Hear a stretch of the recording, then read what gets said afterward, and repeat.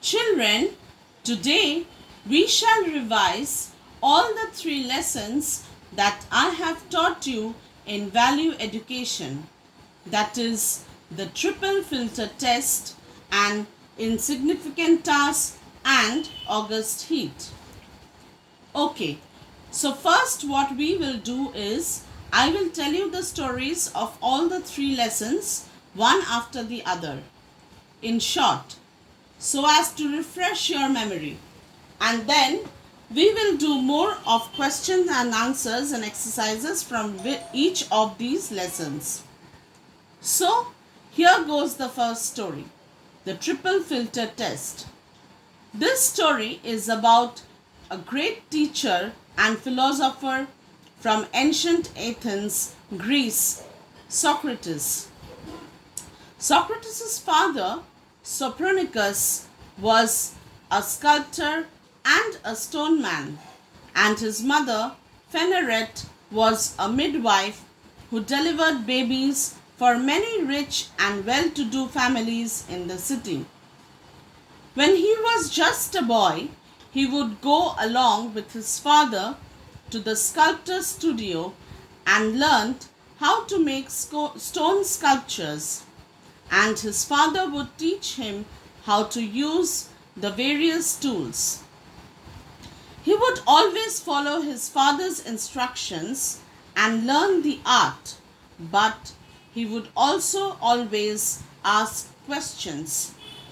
Because of this, many years later, his father told him that he was famous not because of his sculpting skills, but because of his curiosity, his willingness to know more, to ask questions and find out satisfactory answers to them. This is the reason that he is a legend today. Socrates studied science, drama, astronomy, math, and geometry. As a boy, during his learning days, he loved and enjoyed debating with his teachers, and he wanted to know how to differentiate between good and evil, between what is right and wrong. Although he was against war, but because males in ancient Greece between the age of 18 to 60 were required to be a citizen soldier, so he too had to be a part of the Athenian army. After returning home, he did what he liked most, teach. He would wander about in the streets of Athens, asking questions, debating on different issues, and looking for answers. Most other teachers charged a fee for sharing their knowledge, but Socrates, on the other hand, shared his wisdom for free. All he wanted was to inspire others to think, question, and reason. This method of learning is known as the Socratic method, which is used throughout the world. Then, this lesson goes on to tell the story of the triple filter test. According to this story, once an ally came to meet the great philosopher Socrates and asked him if he knew something about his friend. But Socrates stopped him, saying that before he could go on to telling him anything, he must pass the triple filter test. According to this test, the ally must want to stop and filter whatever he might want to say. The first filter being the filter of truth. He asked the ally if whatever he wanted to tell Socrates was absolutely true. But the ally replied, saying that he had just heard about it. So Socrates told him that he really didn't know whether it was true or not. Well, now they move to the second filter, which is the filter of goodness. Socrates asked the ally if he was about to learn what he was about to learn about his friend was something good or not. The ally replied, saying that it was just the opposite. Then they moved on to the third filter, the filter of usefulness. Now he asked the ally if he was about to say was of any use to Socrates or not. Quite obviously it wasn't. So then Socrates said to the ally that if what he wanted to tell him about his friend was neither true nor good or useful, then why say it at all? And in this way he put a possible rumor to rest. Plato, one of the famous students of Socrates, wrote many stories about him. According to him, Socrates was the wisest, best, and the most just of all men of his time, and he is remembered as one of the greatest teachers and philosophers of all times. So, that was the story of Socrates, the great philosopher. We now move on to the next story, An Insignificant Task. It was the first week of the new term, and the children were all very excited because these were those days when the jobs were handed out to them. They would be given jobs for which they would be responsible for the rest of the academic session. Just like everything else, some jobs were much more interesting than the others, and the children wanted to get the best ones. On the other hand, the teacher, while handing the jobs, took into account the students who had been most responsible during the previous year, and these were those children who looked forward to this day most. Among them, Rita was the most responsible and also the teacher's favorite. She was a very kind and sweet girl, and the year before, she was the one who carried out the teacher's instructions most perfectly. And all the other children knew that she would be given the best job of all, to look after the class dog.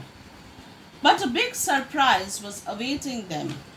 Each of the children received one of the normal jobs like preparing the books or the radio for the lessons, telling the time, cleaning the blackboard, or looking after one of the pets. But Rita received a very different job. She was given a tiny box containing some sand and a little ant.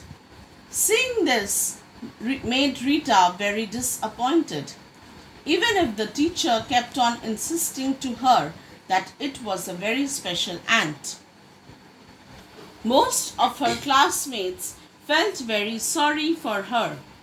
They sympathized with her, saying that it was very unfair on the part of the teacher to be giving her that job. Her father too was very angry with the teacher, and he encouraged Rita not to take care of the unimportant pet. However, Rita liked her teacher very much, and she wanted to show her teacher how much she respected her. So she decided to do otherwise. She decided to make her job special and started taking good care of the ant. Rita started doing research work on the ant. She learned about the different kinds of ants and learned all about their natural place to live in and their characteristics. She changed the little box and made it fit for living for the little ant. She gave the ant the best quality food, and it was much bigger in size than anyone had ever expected. It was a day in spring, and the children were all in class.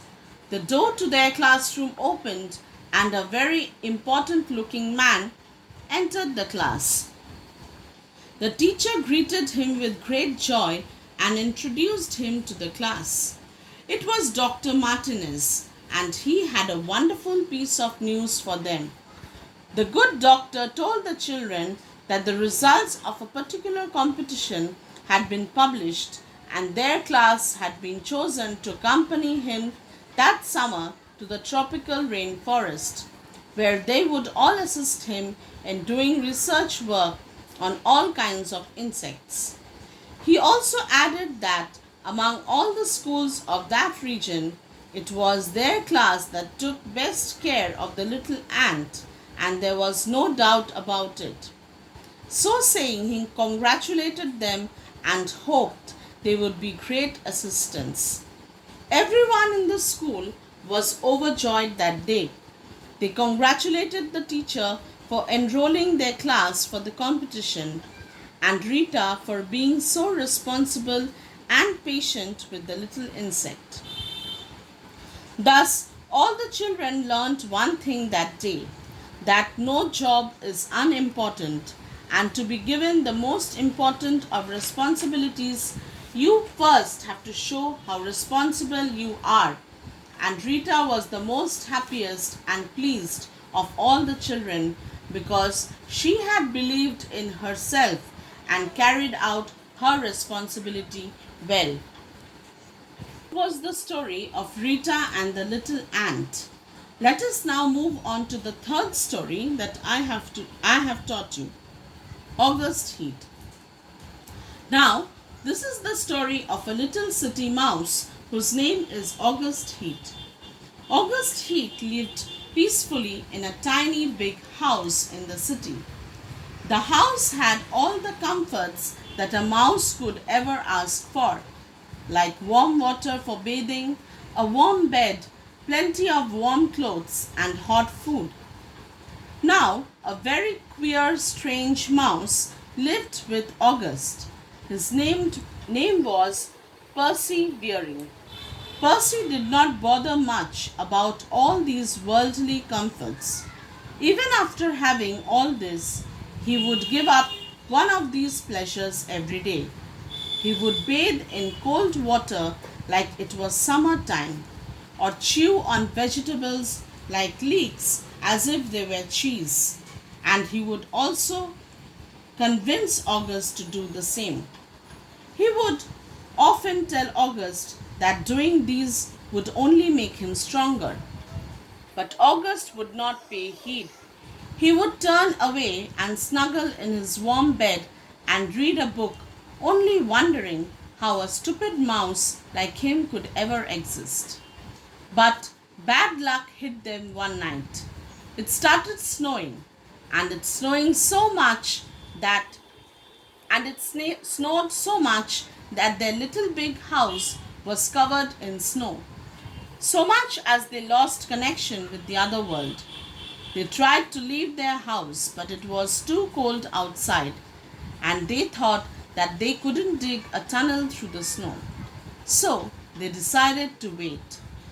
They waited and waited as days went by, but soon there was no food left. Percy had no problem in those tough conditions, but August didn't do well without his hot baths or bed or food. He was losing it. He knew he couldn't survive more than 3 days without food now, and they needed exactly this many days to dig up a tunnel. So they were left with no other choice but to start digging. But August could not bring himself to touch the snow. He was too cold and too hungry, and he knew in his heart he was going to die soon. Percy, on the other hand, did quite well. He started digging and encouraged his friend to do the same. But August couldn't even think properly, leave alone working under such terrible conditions. He looked at Percy and thought that he was not an idiot after all. He was much wiser than he looked. Unlike himself, Percy had trained himself to do things not because he didn't want them, but because he wanted to be able to survive when things were not as favorable or good. Percy could only keep on working even if his legs turned purple. something that was almost impossible for August. Thinking of these things in his mind, he lay quite helpless on the heap of snow, which was his bed now, ready to die.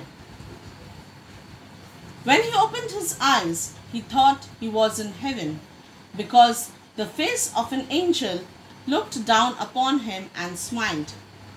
Soon he realized that it was a nurse, to his great joy. He learned from her that he was being treated there for days now. A very brave mouse came to the hospital with his 4 very frozen legs and gave them the whereabouts of August and fainted. So then August ran to thank Percy. He found Percy up and all healthy. However, he had lost a few fingers and a ear. This made August feel very guilty because he hadn't lost anything. All his body parts were quite intact. But Percy told him not to worry because if it was not for those fingers and the ear, they would both be dead by now. From then on, they continued to be great friends, and with Percy's help, August started becoming a self controlled and strong mouse. He would now give up one of those unnecessary comforts of modern mouse life every day, and he no longer thought Percy to be an idiot. Now that I have told you the stories of the 3 lessons and have refreshed your memory, let us do some questions and answers and exercises from these lessons. First, we shall do from the triple filter test. Answer the following questions. Number 1. Who was Socrates? Answer. Socrates was a famous teacher and philosopher in ancient Greece. I repeat, Socrates was a famous teacher and philosopher in ancient Greece. Number 2. Who were Socrates' parents? Socrates' father was a sculptor and a stonemason, and his mother was a midwife. I repeat, Socrates' father was a sculptor and a stoneman, and his mother was a midwife. Number 3. What did Socrates do as a young boy? Answer. As a young boy, Socrates accompanied his father to his sculpture studio and learned to make stone sculptures. I repeat, as a young boy, Socrates accompanied his father to his sculpture studio and learned to make stone sculptures. Number 4. What did Socrates study? Answer. Socrates studied drama, science, astronomy, math, and geometry. I repeat, Socrates studied drama, science, astronomy, math, and geometry. Number 5. What is the Socratic method of learning?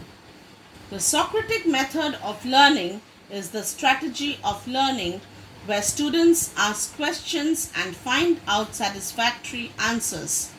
I repeat, the Socratic method of learning is the strategy of learning where students ask questions and find out satisfactory answers. Number 6. What was the first filter test that Socrates made his ally go through? Answer. The first filter test that Socrates made his ally go through was the filter of truth. I repeat, the first filter test that Socrates made his ally go through was the filter of truth. Number 7. What was the second filter test that Socrates made his ally go through? Answer. The second filter test that Socrates made his ally go through was the filter of goodness. Answer. I repeat, the second filter test that Socrates made his ally go through was the filter of goodness. Number 8. What was the third filter test that Socrates made his ally go through? Answer. The third filter test that Socrates made his ally go through was the filter of usefulness. I repeat, the third filter test that Socrates made his ally go through was the filter of usefulness. Number 9. What is a rumor? Answer. A rumor is a statement that has no proof. It is untrue and spreads from one person to another more by word of mouth. I repeat, a rumor is a statement that has no proof. It is untrue and spreads from one person to another more by word of mouth. Number 10. Name two students of Socrates. Answer. Two students of Socrates were Plato and Xenophon. I repeat, two students of Socrates were Plato and Xenophon. Now we shall do the questions of the insignificant task. Answer the following questions. Number 1. When were the jobs handed out to the children? Answer. The jobs were handed out to the children during the first week of the term. I repeat, the jobs were handed out to the children during the first week of the term. Number 2. What did the teacher take into account when handing out the jobs to the children? When handing out the jobs to the children, the teacher took into account the pupils who had been the most responsible during the previous year. I repeat, when handing out the jobs to the children, the teacher took into account the pupils who had been the most responsible during the previous year. Number 3. What kind of a girl was Rita? Answer. Rita was a kind, quiet, and responsible girl. I repeat, Rita was a kind, quiet, and responsible girl. Number 4. What were the normal jobs that the other children received? Answer. The normal jobs that the other children received were preparing the books or the radio for the lessons, telling the time, cleaning the blackboard, or looking after one of the pets. I repeat, the normal jobs that the other children received were preparing the books or the radio for the lessons, telling the time, cleaning the blackboard, or looking one of the pets. Number 5. What was in the little box that teacher gave Rita? Answer. The little box that teacher gave Rita contained some sand and one ant. I repeat, the little box that teacher gave Rita contained some sand and one ant. Number 6. How did Rita feel on receiving the big surprise? Answer. Rita felt very disappointed on receiving the big surprise. I repeat, Rita felt very disappointed on receiving the big surprise. I repeat, Rita felt very disappointed on receiving the big surprise. Number 7. How did Rita's classmates feel when she received the insignificant task? Answer. When Rita received the insignificant task, most of her classmates felt very sorry for her and they sympathized with her. I repeat, when Rita received the insignificant task, most of her classmates felt very sorry for her and they sympathized with her. Number 8. How did Rita's father react when the teacher gave her the insignificant pet to look after? Answer. When teacher gave Rita to look after the insignificant pet, her father was very angry with the teacher and encouraged her not to look after the little animal. When teacher gave Rita to look after the insignificant pet, her father was very angry with the teacher and encouraged her not to look after the little animal. Number 9. What did Rita finally decide to do with the pet? Answer. Finally, Rita decided to show respect towards her teacher by doing something special for the little pet. I repeat, finally, Rita decided to show respect towards her teacher by doing something special for the little pet. Number 10. What did Rita do with the little ant? Answer. Rita learned about the different kinds of ants, their habitat and behavior. She changed the little box to make a perfect home for it and gave it the best quality food. I repeat, Rita learned about the different kinds of ants, their habitat and behavior. She changed the little box to make a perfect home for it and gave it the best quality food. Next question. Whom did everyone congratulate? Answer. Everyone congratulated the teacher and Rita. I repeat, everyone congratulated the teacher and Rita. Let us now move on to the next chapter, August Heat. Answer the following questions. Number 1. Who was August Heat? Answer. August Heat was a little city mouse who lived peacefully in a big house. I repeat, August Heat was a little city mouse who lived peacefully in a big house. Number 2.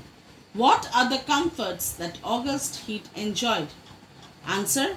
The comforts that August Heat enjoyed were warm water to bathe, warm bed to sleep on, hot food and plenty of warm clothes.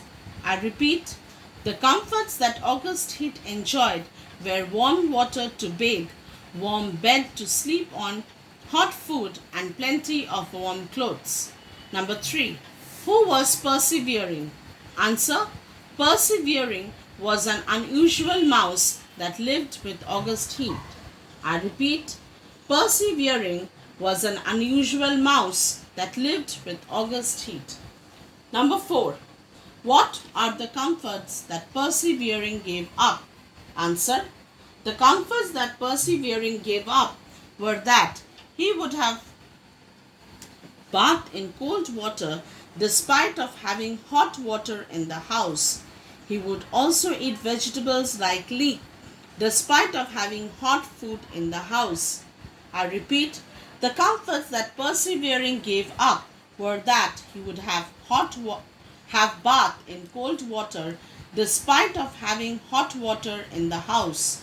He would also eat vegetables like leek despite of having hot food in the house. Number 5.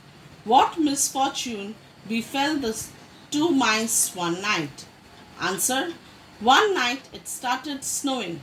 It snowed so much that their house was buried under the snow and they were cut off from the outside world. I repeat, one night it started snowing. It snowed so much that their house was buried under the snow and they were cut off from the outside world. Number 6. How long would the mice need to dig up a tunnel through the snow? Answer. The mice would need about 3 days to dig up a tunnel through the snow. The mouse would need about 3 days to dig up a tunnel through the snow. Number 7. Was August able to help Percy in digging the tunnel? Answer. No. August was not able to help Percy in digging the tunnel.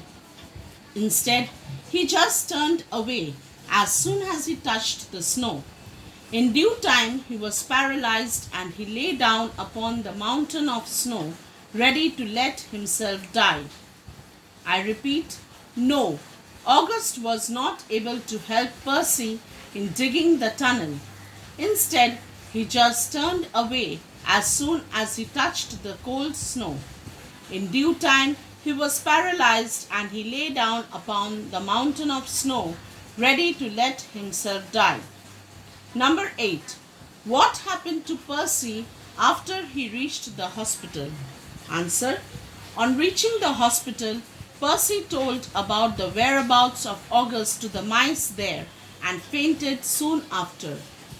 I repeat, on reaching the hospital, Percy told about the whereabouts of August to the mice there and fainted soon after. Number 9. Did Percy survive? Answer. Yes, Percy survived. He was standing up and fully recovered when August found him. But he lost several fingers and a ear. I repeat, yes, Percy survived. He was standing up and fully recovered when August found him, but he lost several fingers and a ear. Next, fill in the blanks. Number 1. Rita was the teacher's dash student. I repeat, Rita was the teacher's dash student. Number 2. Dash dash were very interested in learning and knowledge. I repeat, dash dash were very interested in learning and knowledge. Number 3. August heat could not stand such dash conditions. I repeat, August heat could not stand such dash conditions. Number 4. Rita studied about the dash and dash of ants. I repeat, Rita studied about the dash and dash of ants. Number 5. Socrates was obliged to serve the dash army. I repeat, Socrates was obliged to serve the dash army. Number 6. Percy was an dash kind of mouse. Number 6. Percy was an dash kind of mouse. So, with this, I end today's class. Thank you.